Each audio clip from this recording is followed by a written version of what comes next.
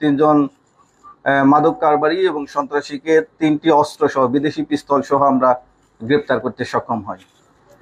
আমরা টিটু নিকট থেকে একটি বিদেশি পিস্তল, 8 রাউন্ড ম্যাগাজিন ভর্তি 8 রাউন্ড গুলি, আব্দুর রাজ্জাক শানুর নিকট থেকে একটি বিদেশি পিস্তল এবং 8 রাউন্ড গুলি সহ ম্যাগাজিন, এবং মামুনের নিকট থেকে একটি বিদেশি পিস্তল এবং 40 রাউন্ড গুলি উদ্ধার করতে সক্ষম হয়। অর্থাৎ আমরা তিনজন ব্যক্তিকে 3টি বিদেশি পিস্তল এবং 60 রাউন্ড গুলি সহ গ্রেপ্তার করতে সক্ষম হয়েছি। একই সাথে তাদের এই আস্তানা থেকে আমরা 800 পিস ইয়াবা এবং প্রায় 8.5 কেজি গাঁজা উদ্ধার করতে সক্ষম হয়েছি। গাঁজাগুলো ছিল আপনার 54টা পুটলা আকারে, অর্থাৎ যেহেতু এরা বড় পরিসরে খুচরা যারা বিক্রেতা আছে তাদের নিকট বিক্রি করে, একটি পলিথিনে একটি পুটলাই 50টি করে পুরিয়া, যেটা বলে তাদের ভাষায় পুরিয়া, আমরা 2700 পুরিয়া, যার ওজন 8.5 কেজি প্রায়, আমরা উদ্ধার করতে সক্ষম হয়েছি।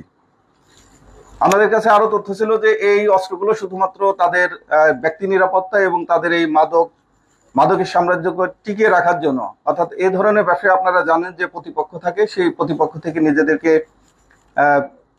সেফ রাখার জন্য তারা এই অস্ত্রগুলো ব্যবহার করে থাকে। প্রাথমিকভাবে তারা এই অস্ত্রের কথা আমাদের কাছে স্বীকার করেছে। তারা আমাদের কাছে গ্রেপ্তার আছে। আমরা তাদেরকে বিস্তারিত তাদেরকে বিজ্ঞ আদালতে প্রেরণ করব, আজকে প্রেরণ করে তাদেরকে রিমান্ডে নিয়ে এসে বিস্তারিত জানার চেষ্টা করব এই অস্ত্রের উৎস কোথায় এবং এই অস্ত্রগুলো কোন কোন কাজে ব্যবহৃত হয়। প্রাথমিকভাবে তারা স্বীকার করেছে এগুলো তাদের মাদকের যে সাম্রাজ্য, সেই সাম্রাজ্য টিকে রাখতে তারা এই মাদক অস্ত্রগুলো ব্যবহার করে থাকে। আপনারা জানেন যে এই ধরনের অবৈধ অস্ত্র শুধুমাত্র এই একটি ক্ষেত্রেই নয়, বিভিন্ন ক্ষেত্রে ব্যবহার হয়ে থাকে। যেমন পলিটিক্যাল ক্লিং এর ক্ষেত্রে ব্যবহার করে থাকে। এই অস্ত্রগুলো কখনো কখনো আবার ভাড়া দিয়ে থাকে।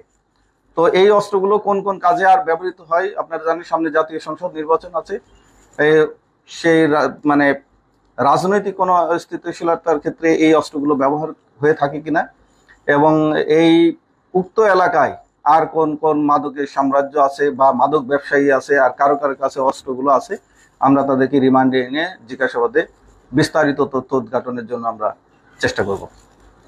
ধন্যবাদ।